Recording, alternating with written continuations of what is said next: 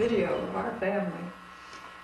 I came up with this idea because I wanted us to have a record of what our family is like, the various members, what they think, and because this is a very significant year, it's the change of the millennium for those of us that have been waiting forever for this to happen. Anyway, this is going to be a record of how we all think and feel right at this time. And hopefully, as the years go on, it will become even more interesting to watch this back and see all of our family just as they are. So, because I'm going to be filming everybody else, I am filming myself first, and I have to ask myself these questions as an interview. Okay, I came up with these series of questions that some are funny, some are light, some are serious. We might learn things about each other, we might already know these things about each other, but at any rate, I think it'll be really interesting. Okay, first question is, what is your earliest memory? I guess my earliest memory is when I was about 2 years old and 8 months, 2 years and 8 months, when my mother was pregnant with my brother Robert. And when she went to the hospital, she left me several little presents wrapped up, one for each day. And she was in the hospital for a week, so I got a present each week. I still remember some of those presents. One was a set of combs, and one was a little box of See's candies. Anyway, and I do remember the day that they brought Robert home from the hospital and looking at him in the crib for the very first time. There we go. Well, hello. This is Alfie's turn to talk about all these funny things that's happened over the last millennium in my life. And so, what's my earliest memory? Well, I can remember a great big black stuffed chair that we had that we'd turn upside down as small kids and crawl under and around it. It was great fun to just use that as a great big playpen to crawl around on. Don't really remember what year that was, but that's one of the earliest memories I have as a small kid, maybe like 2 years old or something like that. Okay, here we go with the next interview. Okay, question number 1 is, what is your earliest memory? My earliest memory? Well, let me think. I suppose my earliest memory might be when I was about probably 4 years old. Mm-hmm. And my mother and my brother and I were living in the town I was born in, Savona, New York, while my father was back in New York on business. And Savona was a small town then, and probably it still is, and didn't even have any sidewalks. It had pieces of boardwalks instead of sidewalks, and some unpaved streets, I might add. My earliest recollection then, I would say, would be of my brother and I playing on the board sidewalks. Yeah. The name of that town again? Savona? Savona. Savona? Uh-huh. Huh. Savona, New York, the western part of the state. Yeah. There you go.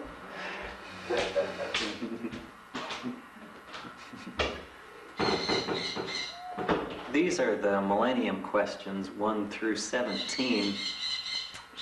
What is my earliest memory?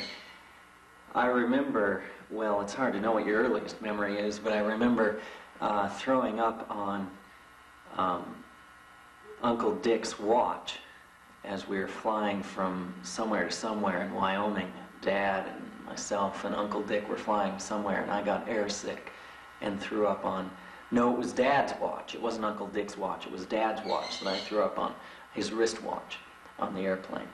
But I think that's my earliest memory. I must have been about 3 when that happened. It's December 26th, 1999, and I'm answering the millennium questions. I guess we'll go chronologically through here. What is your earliest memory? I believe my earliest memory to be riding back from Laramie to Colorado in a pickup truck with my mom. and Byron, and I remember vomiting on myself about, I'm not sure when that happened, but that's what I do remember. That's the smidgen of memory I do have about that trip. And I believe I was pretty young when that happened. And here we have Jocko. Jocko's 5 to 15 years. I would have to answer that as beginning my music lessons, because by beginning music lessons between the age of 5 and 15, actually I was 9, it really set the pace for the rest of my life. It gave me an enduring love and something that I've been involved in since that period of time. What was the most significant event between the age of 20 to 40? I would have to answer that I think it was the climbing accident where I almost died. That was very significant, and it made me think a lot about life after that event. It's kind of colors your life from then on when you come very, very close to dying, and you end up thinking then afterwards a lot about life and the meaning of it. And I'll have to say my life was a whole lot different before that than it has been after that. And the most significant event from the age of 40 years on, I would have to say probably becoming divorced and then remarried to Alfie, because it was such a rearranging of my life and such a wonderful turn of events that probably was the most significant event that happened to me. The most significant event in my life from 5 to 20 years is, well, I don't know, I guess the most significant event is when I went to college. When I was 18, I moved to Chicago and lived in a big city and moved out of Wyoming. I suppose that was the most significant event. From 20 to 40 years, the most significant event is, probably the first long staging that I directed, the adaptation and the staging of Heart of Darkness in England. That would probably be the most significant thing that I did from 20 to 40. And of course, I don't have 40 plus yet. What was the most significant event in your life from 5 to 15 years? That was probably moving to Hawaii. Moving over here changed the course of my entire life, and for the better, I think. And yeah, so not much elaboration there. We know what happened after that. So from 20 to 40 years, well, I'm only 21 and terrific, and so I don't know, I guess the most significant event in the last year and a half has been my working in theater in North Carolina this summer. Well, I suppose the most significant event that I recall would have occurred, it did occur when I was 15. My father was in the Army, stationed in New Jersey at that time, and he received orders to be transferred to Hawaii. Hmm. So in due time, my whole family and I departed from New York on an Army transport named St. Mihiel. We traveled through the Panama Canal and up to San Francisco, and in due time we made our way over to Oahu and our permanent station at Fort Kamehameha, and where we stayed for about 4 years. What was your impression of Hawaii when you first showed up here? Well, I recall very distinctly my first impression of Hawaii. As we got off the ship, I was struck by the humidity, and I began perspiring. And I thought, my gosh, this is a terrible climate. I like this all the time. Uh-huh. Huh. Huh. Okay, how about between ages 20 to 40? 20 to 40, One the most event. significant event in my life at that time was marriage to your mother. Good. I was 22, and your mother was 20. And I have to say that that was the most significant event, Yeah. without doubt. changed your life anyway. It certainly did. Okay, what about 40 on, after 40? Well, I don't think I can pinpoint any specific event. I pursued my career in law enforcement and was successful in rising through the ranks. And I would say the entire period and the events that happened during those years was my progress upward, so to speak. Okay. Significant event in my life in the early years? Well, winning the school's highest score on a national math contest by the Mathematical Association of America in my junior year in high school just kind of set me up as being good in mathematics, recognized my skill in mathematics, and so it just kind of opened that door and said, hey, this is where you ought to go. So that's what I did. And then the next period, 20 to 40, a significant event was moving to Hawaii. I'd never been here, didn't know what it was like, but I kind of just came out here because it was the job that came through and a new adventure, and really turned out to be a nice place to go, a place I'd stayed. I've enjoyed living here. And then after 40 years, well, a man often looks for a woman that he can really enjoy.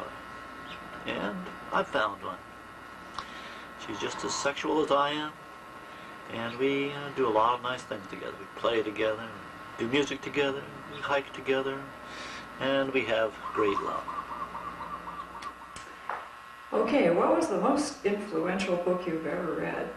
All right, now don't laugh, but it was The Hunchback of Notre Dame by Victor Hugo. Okay, now that you're finished laughing.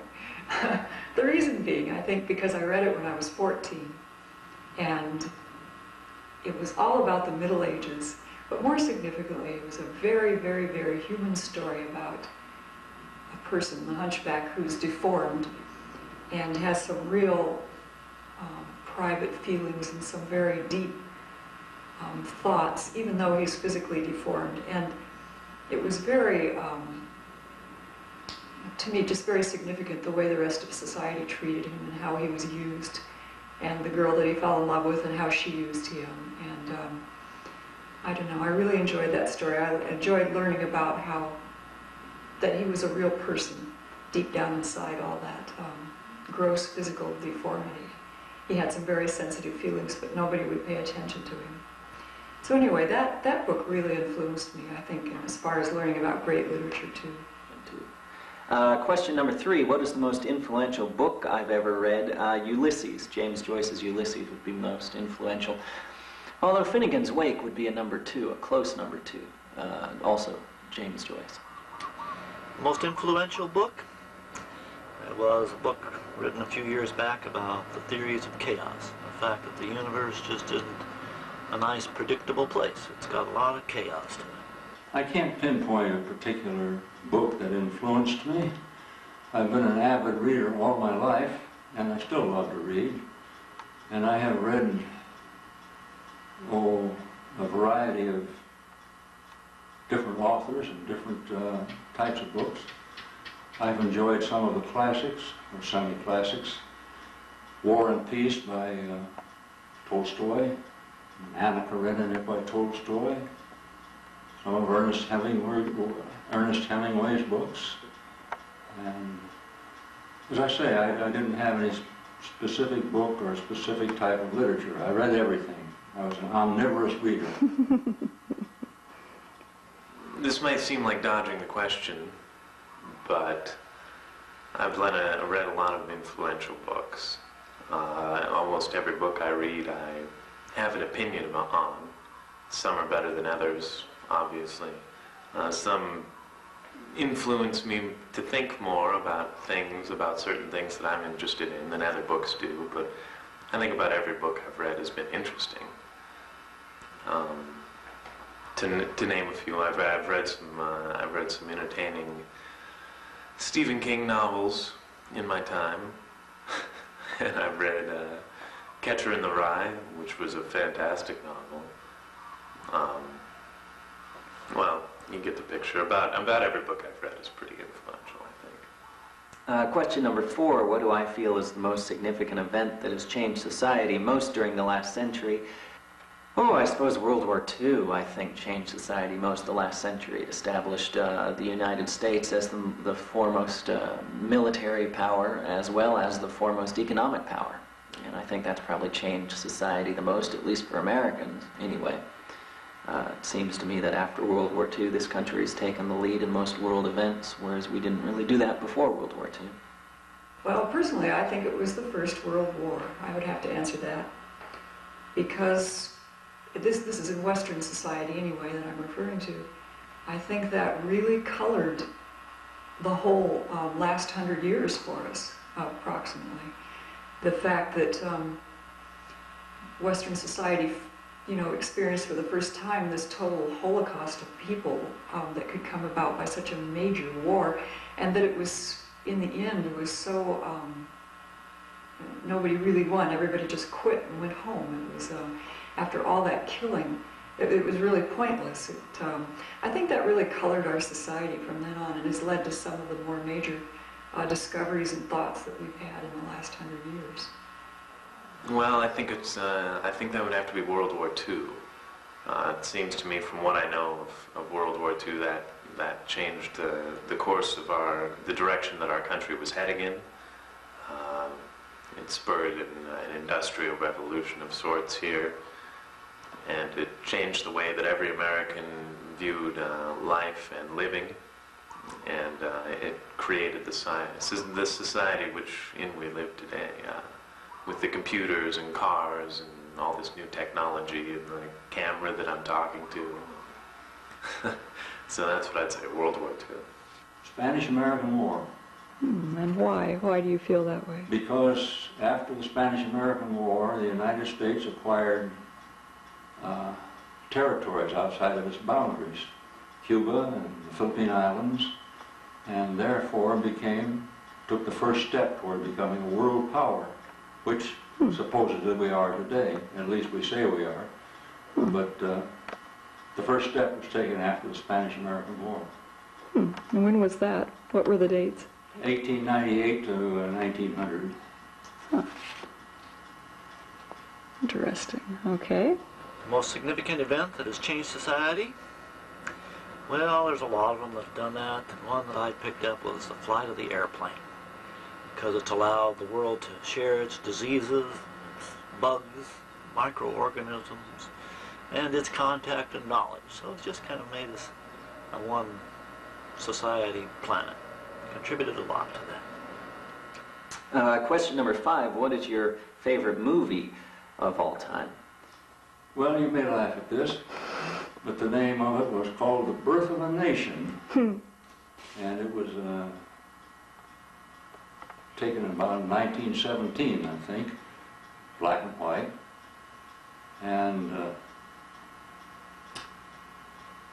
a friend,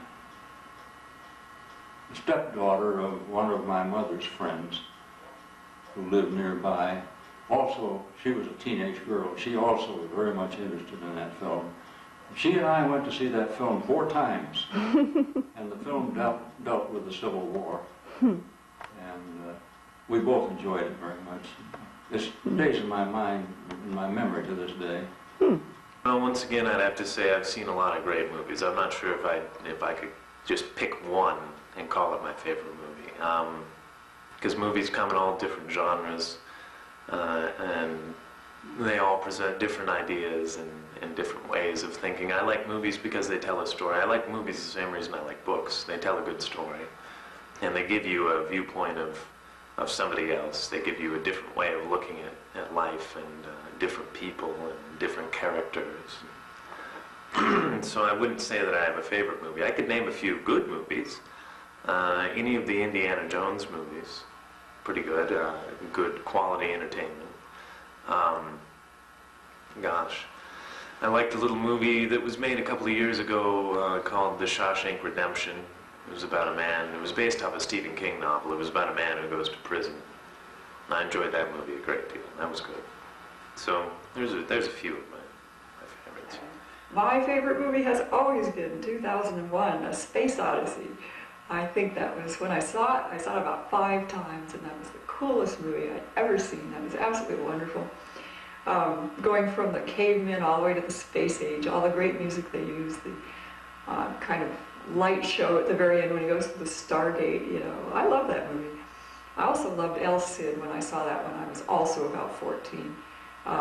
The history of it and the great white horse that he rode and everything. Those 2 movies really stick with me as far as being my favorites. I'm not sure I have a favorite movie of all time. I liked American Beauty, but that just came out, so it's not really fair to say that's my favorite movie, but maybe it is.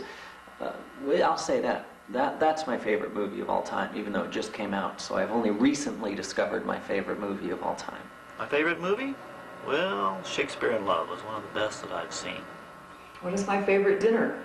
Okay, if I get to choose any favorite dinner on earth, I love fried chicken, mashed potatoes, and canned green beans.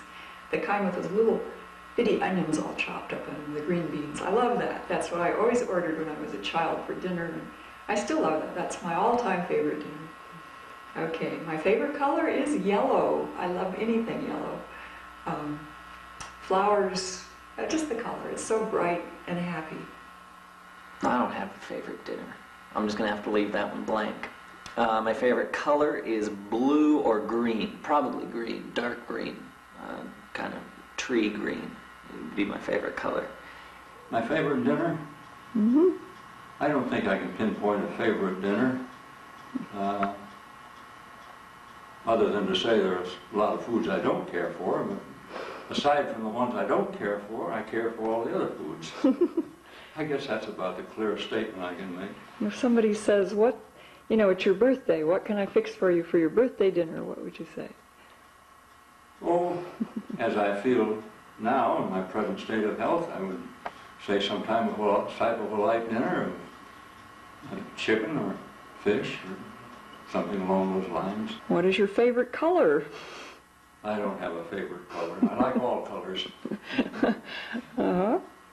Favorite dinner? Well, anything with seafood in it. Although my favorite dinner, I think, of all time would have to be a big juicy steak.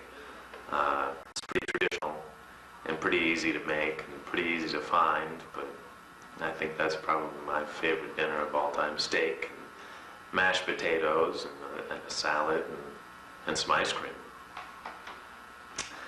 Favorite color? My favorite color is green. A good taco salad. My favorite color is the rainbow. In other words, all of them, not just one. What do you think has been the greatest invention of the last 100 years? Well, when I was thinking about this question, I thought of a lot of different things.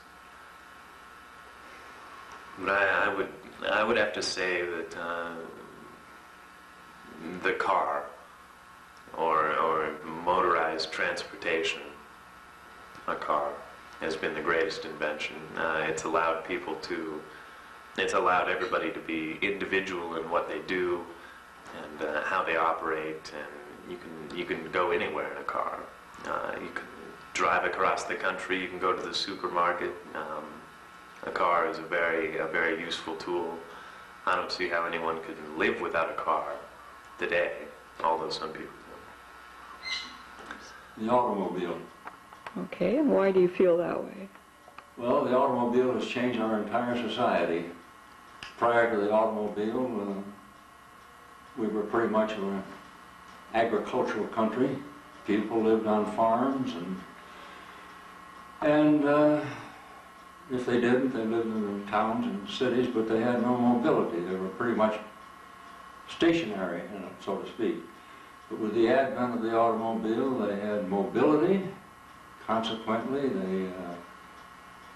they fled the farms into the cities, and in more recent years, the cities began to develop out in the suburbs and other communities, and people were enabled then to go longer distances to work, and I'm sure it has changed our entire economy greatly. Years, the airplane, over the computer. I would assert that the airplane is the greatest invention in the last 100 years. I would have to say the computer. That has really done a lot to change things, to make our world what it is today. I think the computer has been the greatest invention. It's really ordered the way we think, and it's going to make some major changes, I think, to society as we go along here. What do you think is the greatest threat to civilization? I'm sure everybody's going to say this. War. I think war is probably the greatest threat to our civilization. As trite of an answer as that might be. I don't know the greatest threat, greater threat.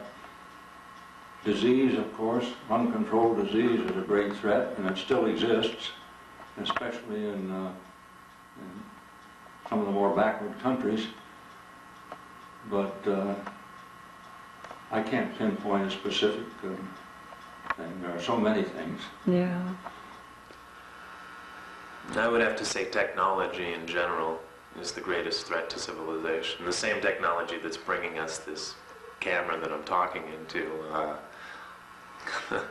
I think that's the greatest threat to our civilization on several different levels. On the environmental level, technology is affecting the environment every single day. You know, we have faster methods of destroying our environment, faster methods of cutting down trees, and you know, now with cars, and there's pollution there.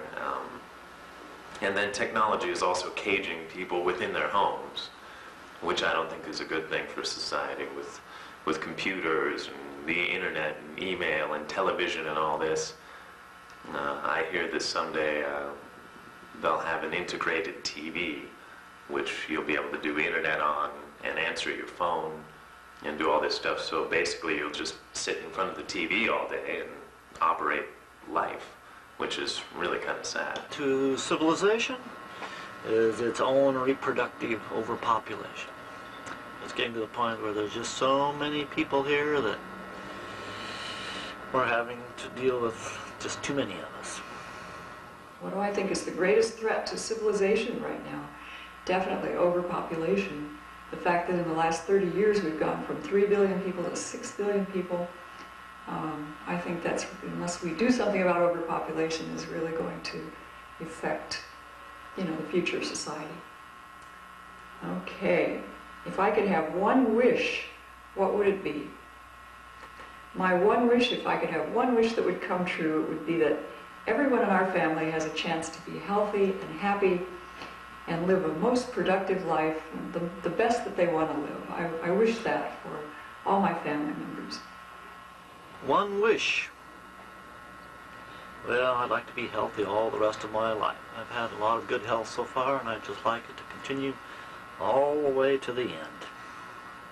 Restore my youth and strength. Okay. Oh, to be healthy, Rich. Mm-hmm.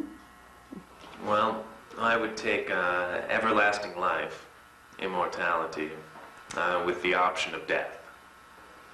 Question number 9. Where do you want to be 20 years from now, and what do you see yourself doing at that time? Oh, where do I want to be? I guess I'd like to be living somewhere in the western half of the United States, either in the Rocky Mountains or on the west coast somewhere. What do I see myself doing? I see myself teaching at a university and continuing to do stagings of literature. I hope that my stagings get better in the next 20 years, or at least, oh, maybe that's unfair. I suppose I hope that they get more recognized in the next 20 years than they are now. But that's what I'd like to be doing, is teaching and doing theater that is recognized and living somewhere in the West. Definitely retired, living on some island somewhere with really good surf, and nobody else there except me to surf it. Well, hopefully 20 years from now, I'd like to be acting still. I'd like to be involved with theater in some way, acting or directing. I'd like to get involved in television or something of that sort, mostly because theater doesn't quite pay the bills. And television, you know, done a little bit of film stuff, and it's fun. It's all right. It's not as fun as theater, but it's all right. So that's what I hope to do. And where I'll be, I have no idea. I could be anywhere. Where I hope I'll be, in a big city somewhere. I want to try living in a big city, in a big kind of fast, busy environment as compared to Montana. 20 years from now? Well, I imagine I'll be retired at that point.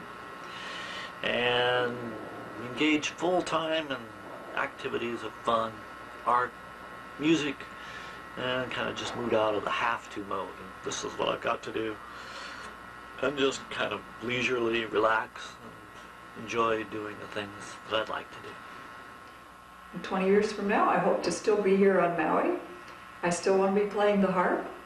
And my greatest dream is to be the best well-known Spanish Baroque cross-strung harp player, at least here on Maui. I think I can achieve that, maybe not in the whole world. If you could travel to anywhere in the world, where would you go? Well, there's a lot of places I haven't been in the world. I'd like to go to Africa. Africa seems to me somewhere that is not been untouched, but somewhere that's very different from the United States. It's not quite as, doesn't seem quite as vast and powerful and exciting as whatever people think of the U.S., but I'd like to go to Africa and experience a little different culture and a little different civilization and a different way of living and a different way of thinking about things as compared to first world or industrialized countries. I suppose I'd like to go to Africa. I'd like to go to Central Africa, well, Eastern Africa, and do a safari trip in Kenya or Tanzania, somewhere like that. At present, I wouldn't want to travel anywhere. I would prefer to stay home. Except Hawaii, huh? Well, except Hawaii, yes. Yeah. Of course. All right. That's the one exception. Yeah. Where would I like to travel? Well, I don't have a particular destination in mind, but I've got a whole world of destinations. And what that really amounts to is places where I can go out and be in nature. Get away from the hustle and bustle and busy noise of mankind, and just kind of hang out with the plants and the animals. And that could be a desert, it could be a mountaintop, it could be a jungle, it could be a little valley. And all of those sorts of places are just rich in life and solitude. That's where I'd like to go. I've always wanted to see Petra. Petra is a rose-red city carved out of the desert in Jordan. Ever since I've been able to travel, it's been off limits because of the civil unrest that's experienced in the Middle East, so I've never felt that it was safe to go there. But maybe within my lifetime, things will relax, and I can see that. My second choice would be Angkor Wat in Cambodia. I've always wanted to see that temple. But once again, the political situation there is not very good for traveling. What's my New Year's resolution for the next millennium? Question number 11. I suppose my New Year's resolution is to keep in mind the things that are really important in life and not be sidetracked so much by the things that aren't so important, like, worldly ambitions and things like that. Those are the things that aren't important. The things that are important, I suppose, are family and relationships with other people and things like that, to keep that in mind. And also to keep in mind what I really like doing, which is staging, literature, more so, at this point anyway, than some of the other things that I have to do. So I'd like to keep that in mind and not be sidetracked by these other things. Well, I don't know. I guess my New Year's resolution is to just live happily. I guess that's all I really want to do. I just want to be happy with what I do. I want to be happy in whatever job I choose to do. Hopefully theater. I just want to be happy. I want to be with my family and my friends and just be happy. I don't know if I have any particular resolution other than to say to do the best I can with what I have to work with and enjoy life as much as I can. That's That's good. What do you think you're going to do as a resolution for this next century?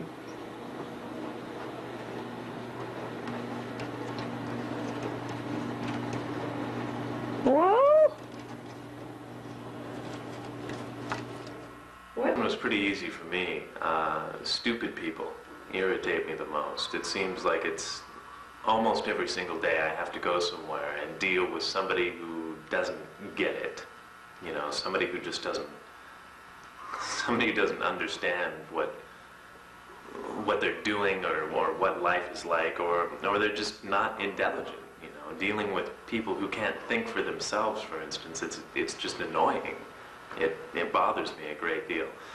I run into most of these people in the service industry, like at McDonald's or Walmart or places like that. But occasionally I do run into them in other places, in education, for instance. So that's what irritates me the most. An irritation to me, loud noises. Those kind of just get to me, get under my skin, and If you could change one thing about yourself, what would it be? Well, I'd have to say that I would change my pessimistic attitude towards things. I'm not pessimistic all the time. For most of the time I am. So if I could change one thing, that would be it. I would try not to be so pessimistic. I would try to be a little more optimistic. But, no. Well, I don't know. I'm pretty happy with myself, I suppose. I don't know. I'll tie this one into my New Year's resolution, which is to say that if I could change one thing about myself, I would like to keep in mind the things that really are important in life and not be sidetracked by the things that aren't. I feel I kind of have a tendency to have an overabundance of ambition that is not focused. And therefore can go in a lot of directions it doesn't really want to go in. So if I could change one thing about myself, I suppose I'd want to focus my ambition rather than have some kind of unfocused ambition that goes in a lot of different directions. Tied to my, well, not really tied to a New Year's resolution, but close. I don't know if I can answer that. More tolerance for things that do irritate me, I suppose. Take a broader perspective of things. like the fast drivers. Yeah, I like that. And other irritating things. I have to pause and make myself realize, well, things as they are. And I'm just going to have to work on that. change one thing about myself? Well, I could do a little less solving of everyone's problems. I love solving problems. And I think I just do a little more than I need to for other people. Well, I would like to be younger. That's for sure. And maybe not so tall. If I could change that, I would like to be a little less tall. Other than that, I can't think of much that I'd really like to change. I'm pretty happy with the way things are. Question number 14. What's one of the funniest things that has ever happened to me? Oh, I suppose ROTC would be one of the funniest things that's ever happened to me. I'm not going to tell a story or anything about it. That's just one of the funniest things that's ever happened to me. The 4 months that I spent trying to be in the Navy when I was 18. That was very funny. Okay, here's what I remember the best is back in Hotchkiss when we were doing all our Christmas feasts. And we were doing a medieval miracle play in which King Herod is sitting there with a bunch of gold, and the Saint Stephen walks in the door, and he's come to tell Herod about the Christ child being born. So Herod doesn't want to hear that, of course, and in our little miracle play, this was during the performance, we had all kinds of jewelry and stuff piled up on the table as gold and jewels and things. And I can't remember who was playing Herod, but I do remember that it was Dave Hawes that was doing St. Stephen. And those of you that remember Dave Hawes, he was exceedingly funny anyway. But anyway, he was lying. He was supposed to walk up to Herod, and Herod says, I'll give you all this gold and jewels. all this money if you'll tell me about this new Christ child that's been born. And his line, Stephen was supposed to say, no, I don't want your gold and jewels, but I'll tell you about the Christ child anyway. And so he walked up to Herod, this is in the middle of the performance, and Herod said, I'll give you all these gold and jewels if you'll tell me about the Christ child. And Dave Haas goes, no, yes, I'll take all that. And he pulls all the jewels off the table. Oh, I tell you what, I thought I was going to die.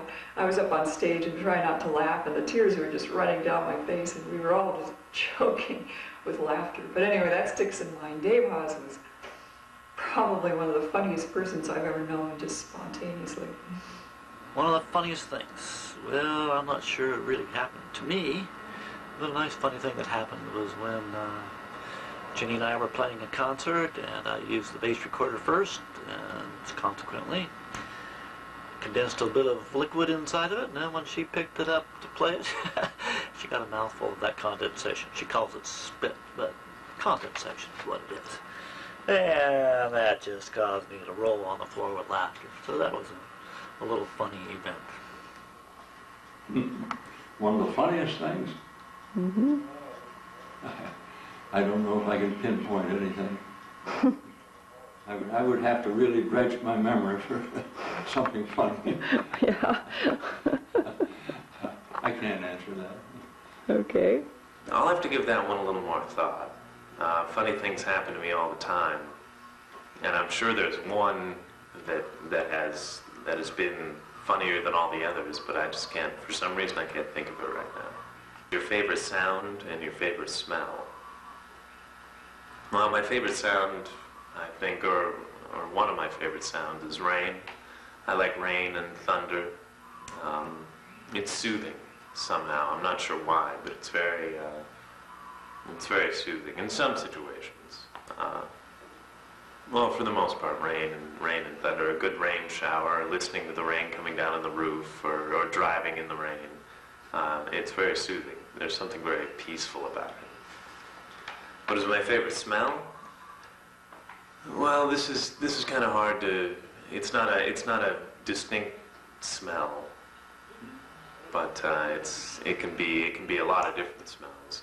It's when a woman or a beautiful woman walks past you, and you get that kind of air moving behind her, and the smell of her perfume, or the smell of just of her, or her hair, or her body. I like that. That's good. What is my favorite sound and my favorite smell? I don't know. I suppose my favorite sound maybe is I like the ocean. I like the sound of the waves on the ocean. My favorite smell is the smell of trees and vegetation that you smell either in you smell in the upcountry here in Maui or in North Carolina. The smell of things growing and the soil and trees. That's my favorite smell. Sound? Silence. Favorite smell? Smell of the rain as it comes. I love best to hear horse hooves clip-clopping on cobblestone pavement. I just love the sound of horse hooves anywhere. I just love that sound. And my favorite smell, I guess I'd have to say, is the earth after the rain. If you go outside and smell the ground and the plants and everything right after the rain, I love that smell. The smell of rain and earth. Such a nice smell. Change one thing about the world in general, what would it be? I don't know. I suppose I wish that maybe people had more free time in the world in general. Less time spent fulfilling obligations and duties, and more time free to do what we wanted to do, the things that we felt were important. I would change the world's fascination with greed. At times I wish that we didn't live in a society or in a world that was hell-bent on money and greed and all of that, because it seems that anymore that's all that anybody is interested in, is money, because you need money to do anything. You need money to be comfortable, that's what you got to do, but that doesn't mean that greed is a good thing. I don't think greed is good at all. So that's what I would change about the world. Eradicate illness. Okay, that's a good answer. Change one thing about the world, I would like to see more respect between people. And not laying trips on other people so much, just letting others be what they are in the way that they are, and respecting other people's space so that you don't infringe your joys upon them.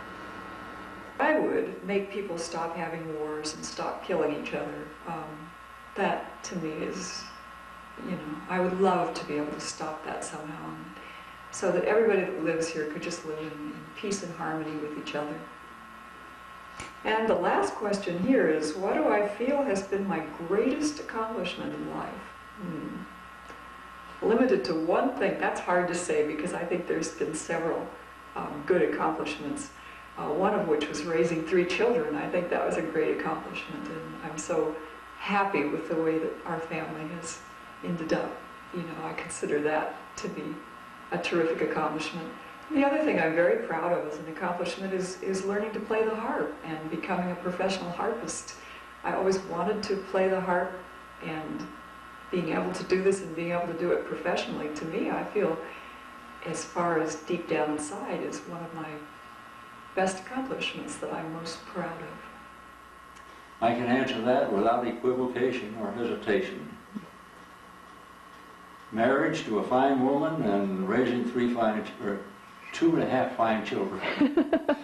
Yeah. 2 fine children. 2. It says 2 fine children. Yeah. Well, that's good. Yeah, that's a good accomplishment. Okay, thank you very much then. That's the end of the interview. You're welcome. Well, I guess living has been my greatest accomplishment.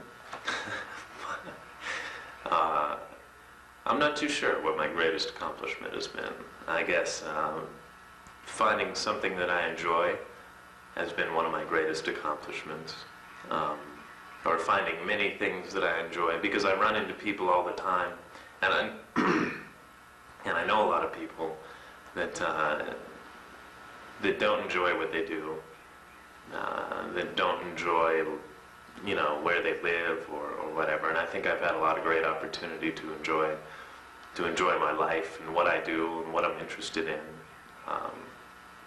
So that has been my greatest accomplishment, is finding a little happiness within all the within this monotonous life, I guess.